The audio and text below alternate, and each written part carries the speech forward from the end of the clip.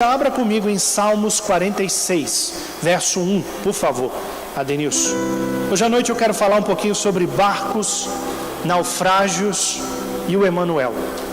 Quero falar um pouquinho sobre isso nessa noite. O Salmo 46, verso 1. Versão ACF, por favor, Adenilson. ACF, Almeida Corrigida Fiel. Vamos lá. Salmo 46, verso 1 diz assim: Deus é o nosso refúgio e fortaleza, socorro bem presente na angústia. Portanto, não temeremos, ainda que a terra se mude, e ainda que os montes se transportem para o meio dos mares, ainda que as águas rujam e se perturbem, ainda que os montes se abalem pela sua braveza. Você pode se assentar? Estou gostando, glória a Deus. Fica aqui comigo, amém? Todos nós temos barcos que nós entramos na nossa vida, né? Jesus, ele tinha uma fascinação por barcos, por mares, por águas, por pescadores, por peixes, tanto que o símbolo, né, do cristianismo é o ictus, né? Que foi a maneira que os cristãos iniciais utilizavam para se comunicar, dizendo que eles eram cristãos. O símbolozinho do peixe, que dava todas as características de Jesus. Jesus, o Filho de Deus, Salvador, né?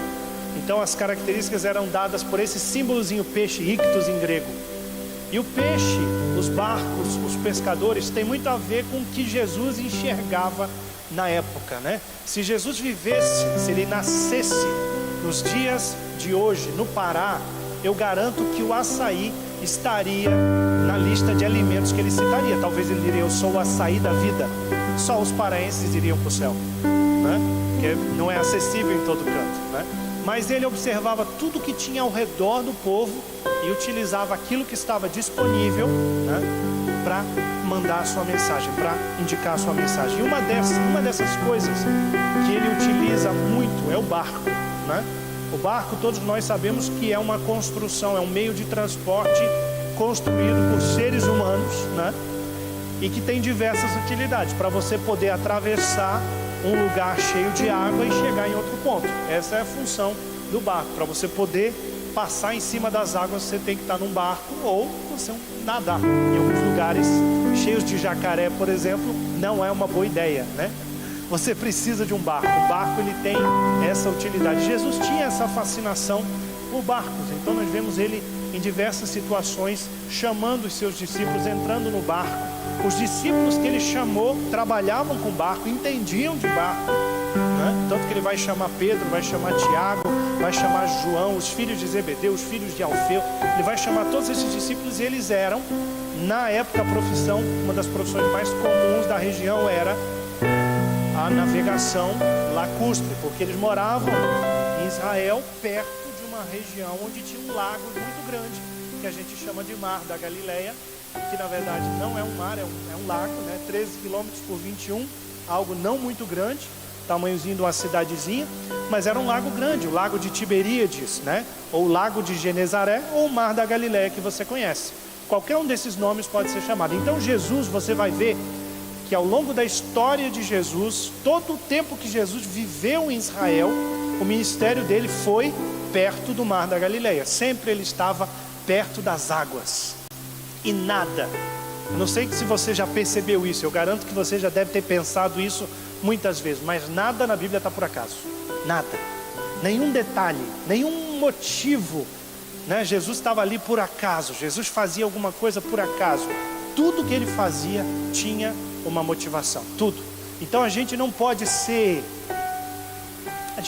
comer mosca, a gente não pode ficar olhando para o vento, a gente não pode deixar passar os pequenos detalhes que Deus quer tratar conosco, quer nos ensinar em coisas simples do dia a dia, especialmente na história de Jesus. Então quando você vai ver os evangelhos, minha recomendação para você: não ignore nenhum detalhe.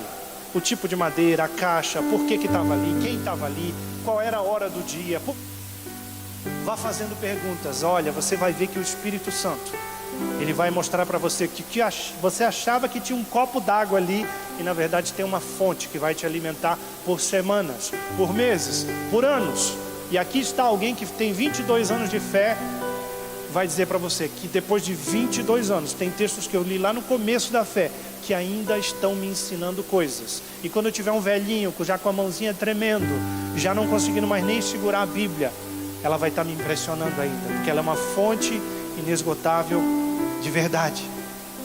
Agora, os barcos, eles são construídos por seres humanos, né? Barcos não descem do céu. Você não vê de repente, né? Que desce aquele clarão do céu e desce aquela canoa, né? Quem dera, né? A gente está ali, estou a fim de uma lancha, manda uma lancha aí para mim, né? Vem. Não, são construídos por homens, são construções humanas. Porém, Deus tem lições incríveis para fazer nas coisas que mesmo nós que criamos, Ele tem coisas maravilhosas para falar conosco. Eu queria falar sobre alguns barcos hoje, sobre alguns barcos, alguns naufrágios, e em todos eles o Emanuel presente, todos eles. O primeiro barco é em Marcos capítulo 4, é o barco da obediência, né? Em Marcos capítulo 4, versículo 35, pode botar só o 35 mesmo, Adenilson. Nós vemos a história dos discípulos, e eu já preguei algumas vezes aqui, e eu não sei porque o Espírito Santo está me trazendo, mas eu quero entrar no barco da obediência nessa noite, de pregar novamente o mesmo texto que ele já falou algumas vezes. Mas em Marcos capítulo 4, verso 35, esse mesmo texto ele é falado por Mateus e Lucas também. Nós vemos a história de que os discípulos estavam com Jesus, já estava ficando muito tarde, fim da tarde provavelmente já, estava escurecendo, e Jesus disse: olha, está na hora da gente ir para o outro lado, vamos para o outro lado da margem. E a Bíblia diz que eles ouviram essa palavra, entraram no barco e seguiram viagem. E Jesus deitou na proa, né? Porque Jesus era humano, ele cansava também, ele precisava deitar. Eu gostei da série The Chosen, que mostra ele machucando o braço, fazendo enfaixando ali, estava meio raladinho de trabalhar o dia todo. Jesus também cansava, e ele deitou na proa do barco e ficou ali quietinho, dormindo. E nós sabemos que a história diz que veio uma tempestade e bateu contra o barco. Vento e o mar se rebelaram contra aquela embarcação, e ela quase se destruiu. Tanto que os discípulos viram aquela situação e disseram: Senhor, o Senhor não se importa da gente morrer? Acorda, Jesus. E acordaram Jesus. Jesus levanta, acalma o vento e a tempestade, e a gente sabe o final, que é eles dizendo: quem é esse que até o vento e o mar lhe obedecem? O barco da obediência são aquelas situações em que nós entramos e nós temos uma palavra de Deus. Deus tem momentos que Ele fala algumas coisas para nós e disse: vai, pode ir, eu estou te enviando. Você tem convicção no seu coração, mas quando você começa a navegar em cima dessa palavra que Deus te deu, vem uma tempestade. Aí nossa primeira reação é o quê? É dizer: será que eu ouvi direito? Será que aquela mensagem que eu recebi da intercessão foi mesmo de Deus? Será que o profeta não é questionável, né? E nós ficamos com esse temor no nosso coração. Eu estou navegando em cima de uma palavra. Quem mandou eu entrar no barco foi Deus, foi o Filho de Deus, foi Jesus que falou comigo, e eu entrei nesse barco. Você tem uma palavra lançada no seu coração, você tem certeza de que Deus está com você, e os discípulos estavam vendo Jesus. Você tem uma palavra, você está sentindo a presença de Deus, você não está desviado, né? Mas a tempestade chega do mesmo jeito. E o pior de tudo, você conhece o barco, você conhece o ambiente e já passou por outras tempestades, mas mesmo assim você passa por uma tempestade. São aquelas situações em que você conhece a sua vida, você sabe como passar por aquelas situações, mas você não entende por que está passando por essa situação. Eu garanto que muitos entraram aqui nessa noite desse jeito. Eu estou na presença de Deus, eu estou buscando Deus, eu tenho uma palavra de Deus, Deus falou algo comigo, eu tenho convicção, mas por que eu estou passando por essa tempestade? Só eu já fiz essa pergunta umas 500 vezes na minha vida? Não, né? Essa é uma pergunta que todos nós fazemos. Como é que alguém que está em obediência a Deus passa por uma tempestade? Na hora, os discípulos eles são tomados por medo. Mas o que mais me impressiona é, eles eram o quê? Pescadores. Eles viviam dentro de um barco, no meio do mar da Galileia. Então eles conheciam o barco, conheciam a profissão, conheciam as intempéries, tudo o que acontecia no mar da Galileia. Como eu falei para você, é um lugar de 13 quilômetros por 21, não é algo gigantesco, não é o meio do mar, não é atravessar o Oceano Atlântico, Pacífico, não, é um lago. Mas mesmo conhecendo tudo, eles tiveram medo. Então dá para imaginar o tamanho da tempestade. E você já deve ter percebido que quando você passa por uma luta, Deus te dá vitória, você fica fortalecido, mas te prepara, que vem outra. Não é verdade? Vem outra, tem outra na fila, Everton. E Deus manda sempre uma mais caprichada. Vamos usar uma linguagem bem atual, dos 10 adjetivos mais usados. Os 10, já sabe quais os adjetivos mais usados? Top, top, top, top, top, top, top, top e também top, né? Ele manda uma mais top, topíssima, topzera. Ele manda uma maior para que a gente enfrente. Ele mandou uma assim para os discípulos. Eles conheciam tempestade, mas eles passaram por uma maior. Agora, eles não sabiam o que nós também não sabemos, que do outro lado da margem tinha uma nova experiência para a vida deles. Tinha algo grandioso no outro lado. Se você continuar lendo a história, você vai perceber que do outro lado tinha o gadareno. Do outro lado tinha o endemoniado, que algumas traduções trazem como 2, né? Mas tinha um gadareno, um endemoniado, uma pessoa precisando de libertação, que iria se tornar um missionário nas mãos de Deus, esperando na outra margem. Mas eles não sabiam disso, eles estavam focados naquele momento. E Deus, Ele permite muitas vezes que mesmo que nós estejamos em obediência, debaixo de uma palavra, na presença de Deus, como eles estavam na presença do Filho de Deus, que nós passemos por algumas situações e que o nosso barco ele seja provado em algumas situações. Por quê? Porque do outro lado dessa margem, Deus vai nos fortalecer, Deus vai fazer algo maior na sua vida. Então talvez o que Deus permitiu que você esteja passando, esteja preparando você. Deus não está te tratando como desobediente, não está pressionando você como um pecador. Ele está dizendo: meu filho, eu quero que você amadureça, eu quero que você cresça. No final disso você não entende, mas no final você vai estar melhor. E do outro lado dessa situação que você está passando, pode ter certeza, tem milagre preparado para a sua vida. Tem coisa.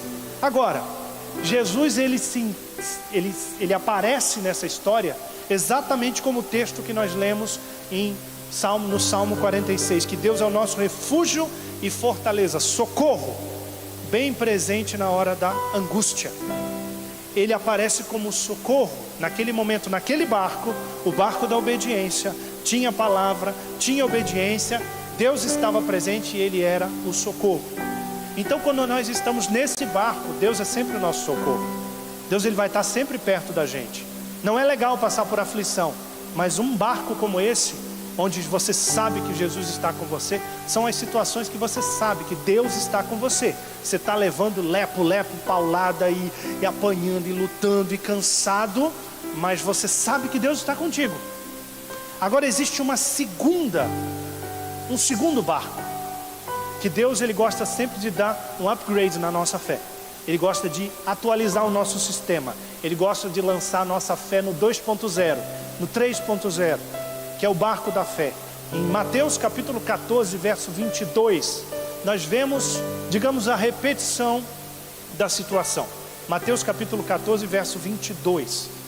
Diz que Jesus também estava atendendo muitas pessoas, ajudando, orando, intercedendo, curando muita gente.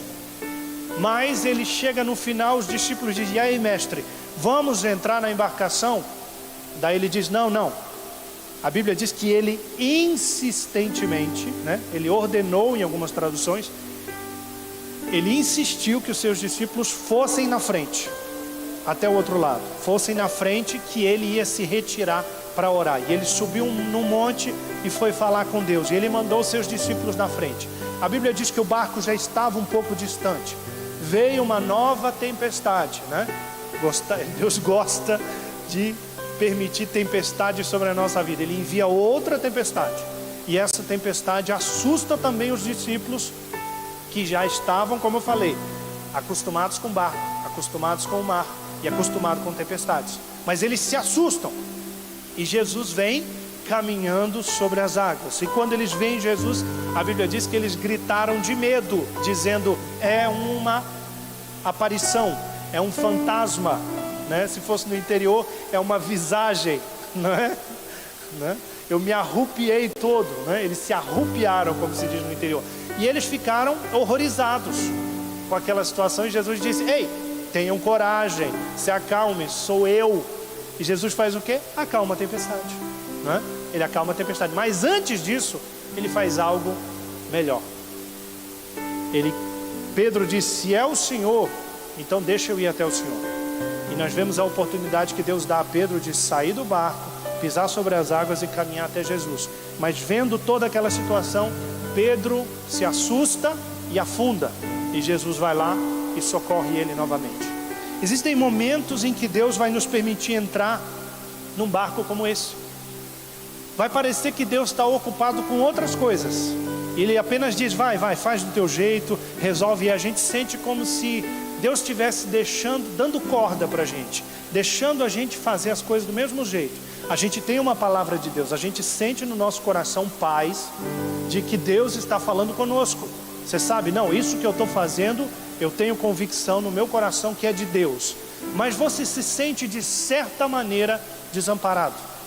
É como se você diz, quando você diz assim, né? Você está lá de estagiário no emprego e você diz: não, entendi. Sabe aquela pessoa, né? Ela ouve 3 minutos, ela já está tão agoniada, a mente dela já está, o tico e teco já estão brigando dentro, né? Ela diz: não, entendi, pode deixar. Daí ela começa a fazer, quando ela começa a fazer, ela trava, porque ela não sabe fazer. É a ansiedade, a agonia dela, né? E os discípulos talvez, né, nesse momento disseram: tá bom, beleza, a gente vai, né? Jesus insiste: pode ir. E eles começam a sua jornada. E nós entramos muitas vezes em situações em que Deus dá-nos uma palavra, fala conosco, e a gente vai, a gente começa a fazer as coisas. Agora, a dúvida vem quando a tempestade se levanta contra nós. Peraí, Deus falou comigo, Deus insistiu para eu entrar nesse negócio, Deus usou profeta, Deus usou intercessão, Deus usou um monte de pessoas para me confirmar isso. Eu tenho certeza que isso é de Deus. Eu obedeci. E é isso que gera um piripaque. Isso que gera uma confusão na mente de muita gente. Eu tenho uma palavra, e por que isso está me acontecendo? Agora, Deus nessas situações, Ele está querendo fazer com que a nossa fé progrida. Que a gente Ele não está mais no barco, mas Ele está fora do barco nos dizendo: vamos passar por cima dessa situação. Então Ele nos convida a sair do barco e pisar sobre as águas, pisar sobre a situação que nós estamos vivendo. Talvez você tenha uma palavra como essa, a tempestade se levantou, mas você está ainda chorando dentro do barco e dizendo: por que isso está me acontecendo? Deus está dizendo para você: saia e pise sobre essa situação. Mas pisar sobre o quê? Pedro pisou sobre as águas quando ele saiu do barco? Não, ele pisou sobre a palavra de Jesus. Se Jesus tivesse dito: tu que sabe, cara, já pensou se Jesus tivesse dito assim: Pedro dissesse: olha, se é o Senhor, diz para eu ir aí contigo. Aí Jesus ia dizer assim: tu que sabe, Pedro. Pedro ia pisar na água e pluf, ia afundar direto. Mas quando Jesus disse: pode vir, Ele lançou uma palavra sobre Pedro. Eles: pode vir, pode pisar nessa situação, que a água vai virar piso. E a Bíblia diz que os passos do homem justo são confirmados pelo Senhor. Cada passo que ele dava, ele estava pisando sobre a palavra de Deus. Talvez o que você precisa nessa noite não é só de ousadia, é de uma segunda palavra de Deus.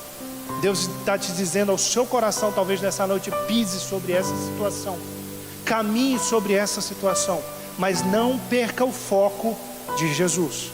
Porque o que aconteceu com Pedro? Pedro começou a olhar para os lados, e quando ele percebeu a força do vento, a força dos mares, a braveza das águas, Ele disse, isso aqui eu não sei se Jesus vai dar conta. E é aí que a gente erra muitas vezes. Deus nos diz, passe por cima dessa situação. E todos nós já tivemos momentos em que a gente sabia que Deus queria que a gente passasse por essa tempestade. E tem a ver com a perseverança, que eu já falei tantas vezes aqui. A perseverança, a palavra grega hipomoni, significa se manter debaixo da tempestade, até que você tenha uma palavra para caminhar sobre as águas. Talvez Deus está dizendo, aguenta, aguenta, aguenta. E agora Ele está dizendo, saia. Senhor, ainda é para eu aguentar? Ou o Senhor pode me fazer passar por sobre as águas? Pedro, ele tinha essa característica. Ele era ousado, ele fazia as perguntas certas para Jesus. Ele fazia as perguntas certas, parece que ele era um agoniado, um alvoroçado. Não, mas ele tinha uma sede dentro dele de saber o que realmente fazer. Ele queria saber o que fazer. E Deus ama isso. Deus ama isso. Tem horas que Ele vai dizer para a gente esperar, mas Ele está dando uma direção. E tem horas que Ele está só esperando a gente dizer, Senhor, o que eu faço agora? Posso dar esse passo? Ele diz, pode vir até mim. E daí você dá um passo. E a Bíblia diz que os passos do homem justo são confirmados ao Senhor. Esse é o barco da fé. Deus encoraja os seus discípulos, porque naquele momento em que Jesus aparece nas águas, os discípulos olham para Ele e acham que é um fantasma. E o medo faz isso com a gente. O medo faz com que a gente só enxergue até o que Deus está mandando como socorro para nós, como algo, como uma aparição, como uma coisa que não faz sentido. E a gente acaba não enxergando o socorro de Deus quando a gente está com medo. O medo, ele pode ou te dirigir para a fé, ou afundar você longe da fé. O medo pode te dirigir para a fé, porque quando você está com medo, você ativa automaticamente, dentro de você o teu corpo ativa, o seu sistema, psicológico, ele ativa o quê? Fuga ou enfrentamento. Ou você corre ou você bate. Então não é errado correr quando você está com medo. Errado é você correr para o lugar errado, para a pessoa errada. Quando a gente está com medo, a gente corre o quê? Corre para um monte de coisas. Está com medo de ficar sozinho? Corre para o relacionamento errado. Está com medo de não dar conta da situação? Corre para a gordura e para o açúcar. Está com medo de não dar jeito financeiramente? Corre para a falcatrua, corre para a agiota. A pergunta da semana para o Jacinto Manta era, Senhor, pastor, um cara que eu peguei dinheiro de outro agiota para pagar um agiota, o que o senhor acha? Daí ele cantou, mais perto quero estar, não é? Você acaba correndo para onde não deveria correr. Você acaba correndo para lugares errados. Mas o medo, ele pode te direcionar para Deus. Quando você diz, eu estou com medo, Jesus me socorre, aí Ele acalma o vento e acalma o mar.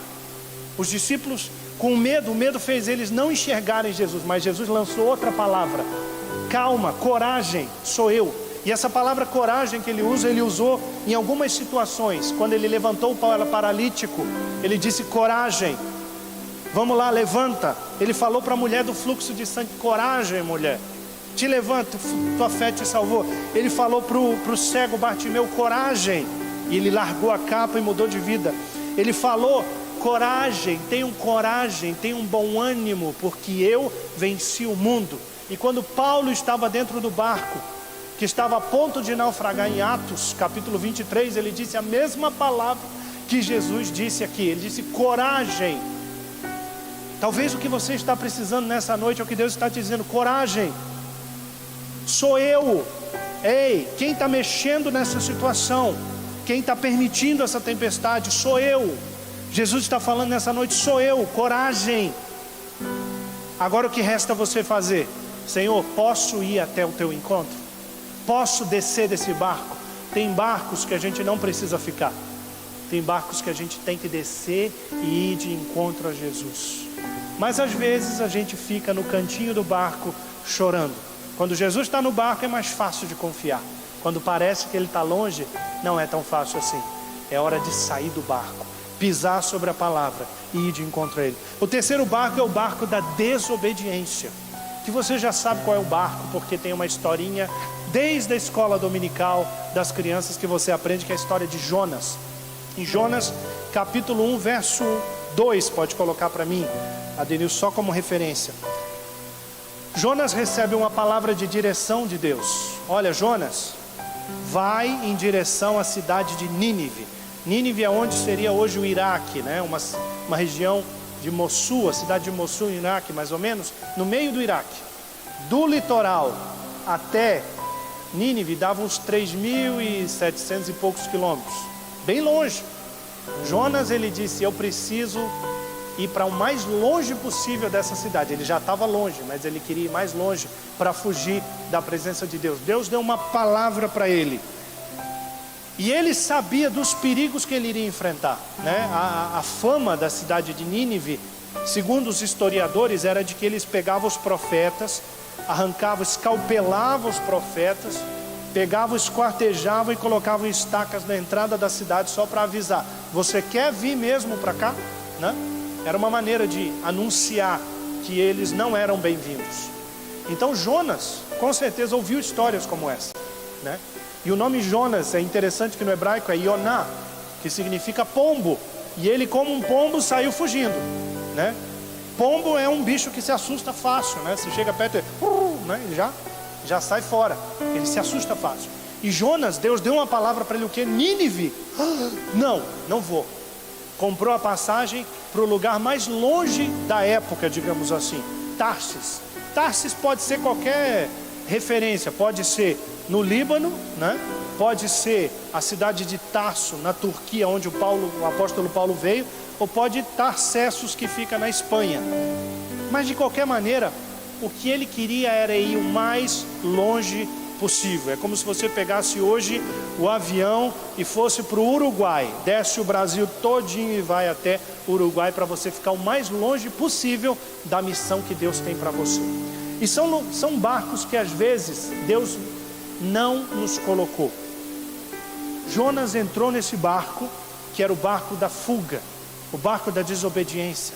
E nós muitas vezes entramos em situações, tentamos dar um jeito na nossa vida, tentamos entrar num barco para ver se a gente consegue fugir do que Deus tem para nós. O resultado sempre é de sofrimento. Mas o pior de tudo, que o barco da desobediência, que são aquelas coisas que a gente faz na nossa vida, a gente tenta construir o nosso castelo de proteção, tenta construir a nossa vida do jeitinho que a gente sonhou, mas não tem Deus em nenhum por cento daquilo ali que a gente está fazendo. E essas coisas só vão trazer tristeza para nós, mas o pior de tudo é que elas vão afetar quem está com a gente. Elas vão afetar a nossa família. Quantas famílias estão sofrendo porque o pai nunca disse sim para Deus? Quantas famílias estão sofrendo porque mulheres não disseram sim para Deus? Quantos estão sofrendo com um filho que está mergulhado, talvez na dependência química, talvez na prostituição, talvez num vício qualquer, porque ele não quis dizer sim para Deus? E a família está sofrendo porque ele entrou num barco no qual ele não deveria estar. Ele não deveria ter entrado nesse barco. Agora, Deus nos convida para descer desse barco. A única maneira de resolver essa situação é descendo desse barco. Quando o capitão disse: Jonas, quem tu és? De onde tu vem? Eu sou hebreu, sou filho do Deus vivo e tal. Então ora aí ao teu Deus para quem sabe essa situação não se resolva. O próprio homem disse: te resolve com Deus.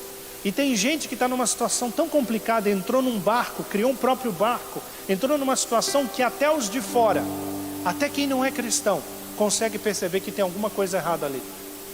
Eu já vi não crente dando opinião para crente, dizendo: cara, resolve tua vida, cara. Resolve tua vida. Vai procurar esse teu Deus aí, faz alguma coisa, faz aquelas rezas lá da tua igreja, alguma coisa assim, volta para Deus. Eu já vi situação como essa, porque era um Jonas que entrou num barco, tentou fugir de Deus. E a Bíblia diz que ninguém pode fugir de Deus. Os olhos do Senhor estão sobre toda a terra. Quem aqui já aprendeu que não tem como fugir de Deus?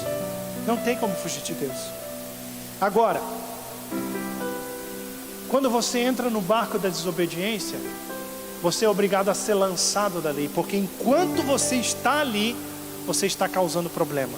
Então uma pessoa que entra no barco da desobediência, ela vai causar mais estrago do que bênção na vida das outras pessoas, mesmo que ela se esforce, porque ela vai fazer todo o esforço, mas sem a obediência de Deus. E é interessante que Jonas começa no capítulo 1, verso 2, dizendo: vai para Nínive e prega a palavra. Aí ele passa por toda a situação, e no capítulo 3, quando ele resolve dar ouvido a Deus, no versículo 2, Deus diz: vai para Nínive e prega a palavra. Ou seja, Deus não vai dar uma nova direção para você. Deus não vai dizer: ai, tadinha da Gleice, eu acho que eu mudei de ideia, eu vou dar uma missão mais leve para ela. Não, é a mesma missão, Gleice, continua a mesma. A última ordem continua sendo a mesma ordem. Enquanto você não fizer o que Deus colocou nas suas mãos, e com ele vem a capacitação, o poder, a graça, a provisão, tudo que você precisa, Deus não vai te dar uma nova missão. Enquanto Deus não fala nada contigo, obedeça a última ordem. E a última ordem para você é: vá até Nínive. Onde foi que Deus te mandou ir? O que Deus te mandou fazer? Nós estamos vivendo uma geração que quer muita novidade. Qual é o próximo filme épico? Eu estou começando a ficar com raiva dessa palavra épico, irmão, porque tudo tem que ser épico, tudo tem que ser genial, tudo que tem que ser top. E às vezes Deus não vai fazer coisas tops. Tudo que Ele faz é top, né? Tudo que Ele faz é épico, tudo que Ele faz é genial, mas Ele vai trabalhar em coisas simples. As ordens dele são simples. Ame as pessoas, amem a Deus. Ame a Deus e ame as pessoas. E Paulo disse: é tão simples que eu vou resumir mais ainda: ama o teu irmão e você vai ter cumprido toda a lei. É simples, mas a gente quer algo épico, a gente quer algo cinematográfico. E na verdade não. A gente só tem que fazer uma coisa: vá, pregue, fale, ame, expulse, ressuscite, né? Cure. É só isso. São verbos simples. Nada, não precisa de nada muito complexo. E Jonas, Deus deu a mesma ordem de novo para ele. Primeiro ele disse: vai e prega. A mesma palavra. E o que aconteceu quando ele pregou? Todo mundo se arrependeu. É um registro histórico de que vaca fez jejum. É um jejum bovino, irmão. Você já viu jejum bovino? Não é quando você deixa de comer carne do bovino, é quando a vaca que você come a carne dela, ela também jejua. Vaca com jejum. Todos os animais jejuaram. Por quê? Porque havia uma necessidade. Deus sabia o que ia acontecer naquela cidade. E ele termina dizendo para Jonas, no final do capítulo 4, Jonas, depois de ficar chateado que a aboboreira que dava sombra para ele tinha morrido, e ele diz: me mata, porque eu não tenho mais a minha cabana de aboboreira. Ele diz: tu está preocupado com a aboboreira que morreu, e você não tem pena de tantos homens e mulheres que não sabem diferenciar a mão da direita e da esquerda, das crianças e até mesmo os animais da cidade. Jonas não estava vendo, mas Deus estava vendo o clamor daquelas crianças. Ele estava vendo o clamor daquele povo dizendo: Senhor, a gente não quer viver mais na imundície, a gente não quer mais viver na perdição, a gente precisa de alguma coisa, a gente aprendeu errado, vem nos ensinar, manda alguém. Aí quando Deus fala com você, você diz: não, não é para mim. Nessa noite o Senhor está dizendo: qual foi a última palavra que eu te dei? Qual foi a última ordem que eu te dei? Eu não sei com quem eu estou falando, mas eu estou sendo bem repetitivo, porque eu estou direcionado por Deus. Eu não sei qual foi a última ordem que Deus te deu. Faça o que Deus te deu para fazer. Nele está o PPP: a paz, o poder e a provisão. A paz, o poder e a provisão que você precisa está nele. E se você precisava de uma confirmação nessa noite, essa é a confirmação. O quarto barco é o barco do propósito. Atos capítulo 27, verso 10, nós vemos no capítulo 27 e 28. No 26, nós vemos que o apóstolo Paulo, ele, numa discussão lá com o rei Agripa, ele apela para César. Ele diz: eu quero ser julgado por César. E ele é obrigado a ser levado para Roma para ser julgado pelo imperador. E por causa disso ele entra num barco, e nesse barco ele percebe que o capitão está indo para uma direção que não deveria. O capitão e o piloto estão indo para uma direção que não deveriam, que vai dar tempestade. Ele tinha já uma convicção no seu coração que alguma coisa ruim ia acontecer, que um naufrágio ia acontecer. E ele diz: é melhor a gente ir para outra direção. E eles não ouvem o apóstolo Paulo. Ele tinha uma palavra na vida dele. Ele tinha que chegar até Roma. Deus disse: você vai chegar até Roma. Ele tinha uma palavra. São aquelas situações em que Deus dá uma palavra para você, e você envolve outras pessoas nessa palavra, que depende de você. É um ministério talvez que Deus te deu, é uma célula que Deus te deu, é um grupo que Deus te colocou. Você tem uma direção, você vai chegar em algum lugar e algumas pessoas estão te acompanhando. Às vezes a tua família, às vezes no teu trabalho, às vezes na tua escola, em algum grupo que você faz parte. E nós sabemos os perigos. E Paulo era diferente de Jonas. Jonas sabia dos perigos e fugiu. Paulo, sabendo tudo o que ia acontecer, se manteve na palavra. Para chegar em Roma eu vou ter que passar por tudo isso? Eis-me aqui, pode me levar. Essa é a diferença de Jonas e Paulo. Jonas fugiu do que Deus mandou.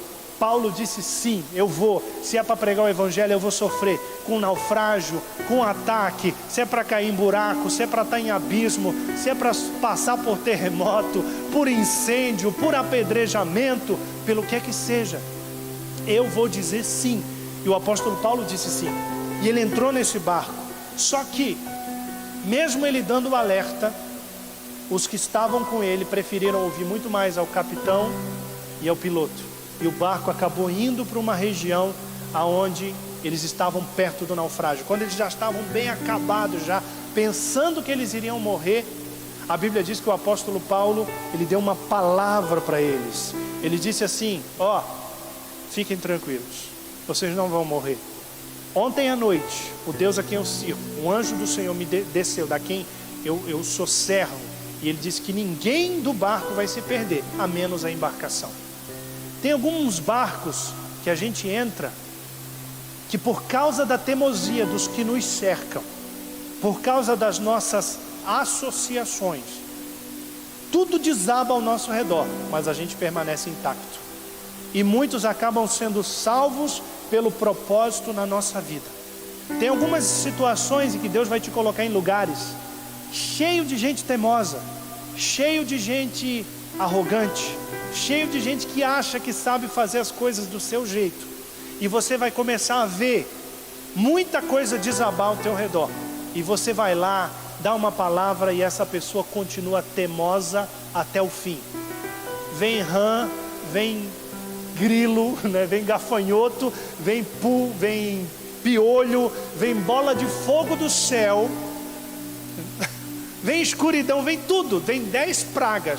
Mas aquela criatura acéfala, acerebrada, continua teimando. Não é verdade? Você conhece alguém assim? Conhece alguém teimoso assim? Né? Você diz assim: peraí, deixa eu conversar com esse jumento aqui, porque eu quero conversar com alguém que pelo menos obedeça, né? Porque esse jumento está sendo mais obediente do que você, não é? Tem gente que é assim. E Deus vai te permitir, às vezes, se associar com pessoas assim. Só que elas até o fim vão esperar a morte dos primogênitos até se arrepender. E mesmo quando os primogênitos morrerem, elas vão atrás de ti ainda para tentar te matar diante do Mar Vermelho. Esse era o faraó. E existem situações que Deus vai te colocar dentro de uma empresa, que você vai lá, dá direção de Deus, você ora, intercede, mas Deus diz: não, vai desabar, esse barco vai afundar. Tu não vai morrer, tu está no propósito, tu tem uma palavra, é de Deus, mas Senhor, me tira desse barco. Não, fica aí, mas está naufragando, tu vai naufragar junto com ele, mas não vai morrer.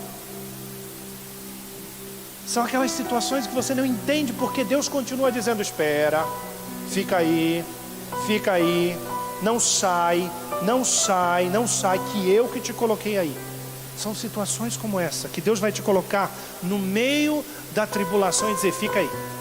Mas Senhor, eu sou teu filho. Eu sei, mas fica aí, eu te coloquei aí para um propósito. O barco vai se destruir, as estruturas vão desabando, mas no final de tudo, na outra margem, como aconteceu com Paulo, eles acabaram todos nadando se segurando nas madeiras, chegaram até uma ilha, onde lá aconteceu muitos milagres. O apóstolo Paulo foi picado por uma serpente, e todo mundo já estava olhando, ali, ó, vai morrer agora, vai inchar agora, quer ver que vai cair durinho, e ele, não é mais perto não, caminhando eu vou para Canaã, né? Mais perto que ele está, não é música de depois de mordida de serpente. E ele permaneceu vivo, curou o pai do Públio, e tantos outros milagres aconteceram naquela ilha de Malta, por causa dele se manter no propósito. Então, não importa se Deus falou com você, mesmo que tudo esteja desabando ao seu redor, ainda que os montes se abalem, como eu acabei de ler, ainda que a terra estremeça, ainda que tudo desabe ao seu redor, se você tem uma palavra, você pode dizer: eu tenho a marca da promessa. Lembra dessa dos mais antigos?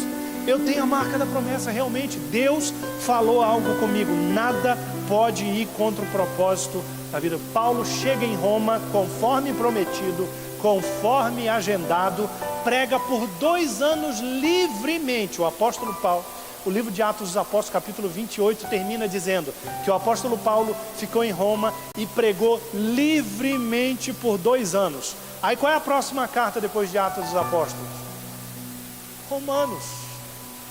Romanos, irmãos. Deus tem algo para escrever através da sua obediência. Deus tem algo para escrever através de você. Está tudo desabando ao seu redor, mas você sabe o que Deus falou para você? Faça. Deus está escrevendo uma carta de Romanos através de você. Deus está escrevendo alguma coisa em Castanhal através de você. Continue fazendo, continue tentando. Está difícil, bem-vindo ao clube. Mas me deixaram sozinho, bem-vindo ao clube. Não tem gente mais querendo me ajudar, bem-vindo ao clube. Mas o negócio está apertando, parece que ninguém dá bola para o meu ministério, bem-vindo ao clube.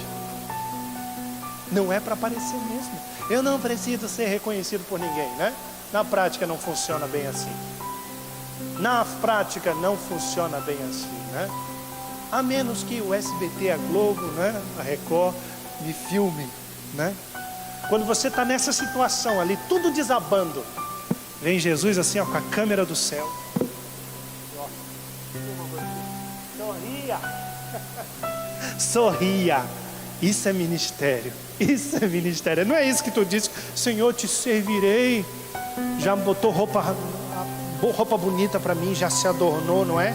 Sou teu, pode entrar na minha casa. Aí Jesus vem, mexe, tira a TV do lugar e a gente reclama. O barco do propósito está tudo desabando, mas você tem que permanecer nele. E o último barco, para a gente encerrar, é o barco da restauração. Primeiro ele parece como um barco de fuga. João capítulo 21, verso 1.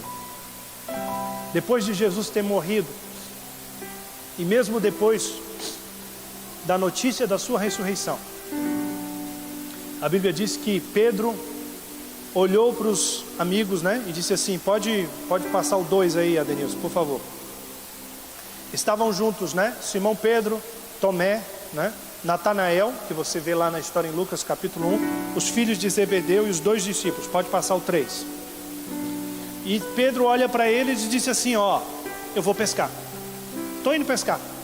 E eles disseram: nós também vamos contigo. Foram, subiram logo para o barco e naquela noite nada apanharam. Existem barcos da nossa vida em que a gente entra quando a gente pensa que o nosso propósito não vai continuar. Eu sei que aquele barco era o ganha-pão deles. Eles fariam isso independente se estivessem com Jesus ou não. Eles pescavam mesmo estando com Jesus. Mas aquele momento parece um momento de... Como os textos seguintes falam, e eu não quero pregar sobre o Jesus me ama, mas sobre esse barco. E são aqueles momentos em que a gente pensa que Deus nos esqueceu. Que Jesus, assim, tipo, ele tem outras coisas mais importantes. Que aquilo que a gente viveu com Jesus foi só um período. Sabe aquele congresso que você vai e o céu literalmente desce? Você diz: uau, eu não vou viver mais isso. Eu acho que vai ser difícil eu viver essa doideira que eu vivi nesse congresso. Foi uma coisa muito louca. Eu me lembro que quando eu voltei da escola do clamor em 2005, há muitos anos já, 2005 eu fiz Escola do Clamor, né? Fiz 2005, dois módulos, né? Passei acho que quase 5 meses em Belo Horizonte. Em 2006 eu fui lá trabalhar também, ainda fiz algumas escolas itinerantes. E eu me lembro do primeiro sentimento da primeira escola que eu fiz, 2 meses. Era palavra de manhã, de tarde e de noite, oração o tempo todo, aconselhamento, evangelismo de rua, entrando em ônibus em Belo Horizonte, gritando, falando do amor de Jesus, sentando nas calçadas, pintando o rostinho de criança, falando do amor de Deus para os pais, indo para a favela, indo para o hospital, 2 meses o dia todo, literalmente, das 8 da manhã às 11 da noite, mergulhado nisso. Eu voltei assim, eu disse, meu Deus, como é que eu vou viver isso de novo? Foi muito intenso, eu fui mergulhado. E eu me lembro que o Ricardo nos deu uma palavra como essa aqui, de João 21. Que às vezes nós vivemos algo tão intenso com Deus, que quando Ele dá uma acalmada na situação, a gente pensa assim, se Ele não faz algo muito épico de novo, a gente acaba dizendo assim, Ele esqueceu, eu vou voltar a fazer o que eu sei fazer. Aí você volta a viver a sua velha vida, você vai fazer outras coisas, você se ocupa com aquilo que você fez a vida toda, e você acha que não tem mais algo novo para Deus fazer na nossa vida. Nós facilmente caímos na monotonia, é ou não é verdade? A gente está ali, né, com o controle da TV, procurando 1 milhão de coisas, passa por 500 filmes no catálogo e não assiste nenhum. E se for homem mesmo, né, vê 15 segundos de cada filme, não é? A gente vê assim, né? Nós homens, a gente vê 15 segundos, não assiste nada, vê um pouquinho de tudo. Não, isso deve ser melhor, deve ser melhor, deve ser melhor, deve ser melhor. E a gente fica come uma comida gostosa, repete, enjoa. Usa uma roupa, enjoa. Vai para um lugar, enjoa. Vai para uma segunda viagem no mesmo lugar onde você teve uma experiência incrível. Chega lá e fica frustrado porque não é a mesma experiência. E nós temos uma tendência a cair na monotonia, a ficar enfadonho, né? Meio chato. E acontece também na vida espiritual. Às vezes nós achamos que o que Deus fez na nossa vida já foi o suficiente e que depois não tem experiências novas. Mas Deus sempre nos surpreende. Olhe para o irmão aí do seu lado aí e diga assim, Deus sempre nos surpreende. Agora diga para ele assim, ó, Deus vai te surpreender nessa noite. E quando os discípulos acham que aquilo ali já tinha acabado, que eles não viveriam mais, a Bíblia diz que Jesus estava lá na praia, olhando para eles e disse, filhos, tem alguma coisa aí para comer? Essa era a hora, a gente lançou a rede a noite toda e não pegou nada. Lança do lado direito.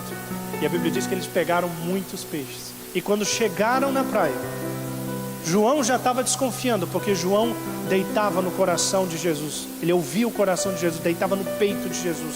E ele já desconfiava que era o Senhor. Ele disse, Pedro, é Jesus, é o Senhor, é o nosso Senhor. E Pedro disse, não pode ser. E João já sabia, ele, só pode ser ele, só olha o jeito dele, não dá para aguentar. Quem conhece Jesus, irmão, quando ele está de longe chegando, ele já desaba, ele já chora. A Maria chegou e falou a mesma coisa que Marta. Se o Senhor tivesse aqui, nada disso teria acontecido. Mas a reação de Jesus foi totalmente diferente, porque Maria sabia que o amado dela tinha chegado e que ela tinha que receber daquela maneira. Ela estava doendo o coração dela, mas ela sabia como chegar. E quando João viu, ele disse, é o Senhor. E Pedro, mas quando eles perceberam que era Jesus, Pedro se veste, ele estava nu pescando, e ele pula e vai na direção do Senhor. E nós vemos ali a história de Jesus restaurando a vida de Pedro e restaurando a vida dos seus discípulos e comissionando, dizendo, olha, o que vocês viveram até agora é pequeno diante daquilo que eu ainda tenho para fazer através de vocês. E eles achavam que caminhar com Jesus já era o suficiente, que não tinha mais algo novo, mas tinha. Atos capítulo 2 diz que quando eles estavam todos reunidos no mesmo lugar, unanimemente em oração, a Bíblia diz que houve um som como que vindo do céu, invadiu todo aquele lugar onde eles estavam reunidos, e eles foram cheios do Espírito Santo. Línguas como que repartidas de fogo desceram sobre eles e começaram a falar novas línguas. Então aquele Jesus que ficava com eles às vezes e momentos se retirava, agora estava com ele todos os dias até a consumação dos séculos. Todos os dias, de manhã, de tarde, de noite, no momento que você está bem, no momento que você está mal, 3 horas da manhã numa crise de ansiedade, ele está lá. No momento que você está vendo seu filho nascendo lá no hospital, ele está com você. Quando você está enterrando seu filho lá no cemitério, ele está com você. Quando você vê alguém que você ama partir, ele está com você. Ele está com você todos os dias até a consumação dos séculos. Então nessa noite, ele está te convidando a virar o seu barco e voltar para a praia. Se você acha que indo voltar a viver a vida normal, pagando boleto, criando filho, sustentando a casa, indo e voltando do trabalho, a vida é só isso? A vida não é só isso. Tem pão e peixe para você, tem comunhão com Ele na praia. Ele está te chamando de volta nessa noite, e eu quero que você fique de pé comigo nesse momento. Eu não sei em qual barco você entrou nessa noite. Talvez seja o barco da obediência. Você recebeu uma palavra, Jesus está com você, mas parece que as coisas não estão andando como deveriam. Talvez você esteja no barco da desobediência. Talvez o seu coração está aí como o coração daquele jovem rico, triste e contrariado, fugindo daquilo que Deus tem para você. Talvez você esteja no barco do propósito, mas tudo está desabando ao seu redor e você não está entendendo por quê. Permaneça firme, o Senhor é contigo. Mas talvez você tenha achado que o que você já viveu, você não vai viver mais. E Deus tem uma palavra para você nessa noite. Independente do barco que você esteja, alguns você tem que ficar, outros você tem que descer, e outros você tem que deixar eles serem destruídos, porque não são propósito de Deus. Mas em todos esses barcos, o que os conecta é uma coisa: que Deus estava presente em todos eles. No barco da obediência, Jesus estava como socorro. No barco da fé, Jesus ele vai de encontro a você.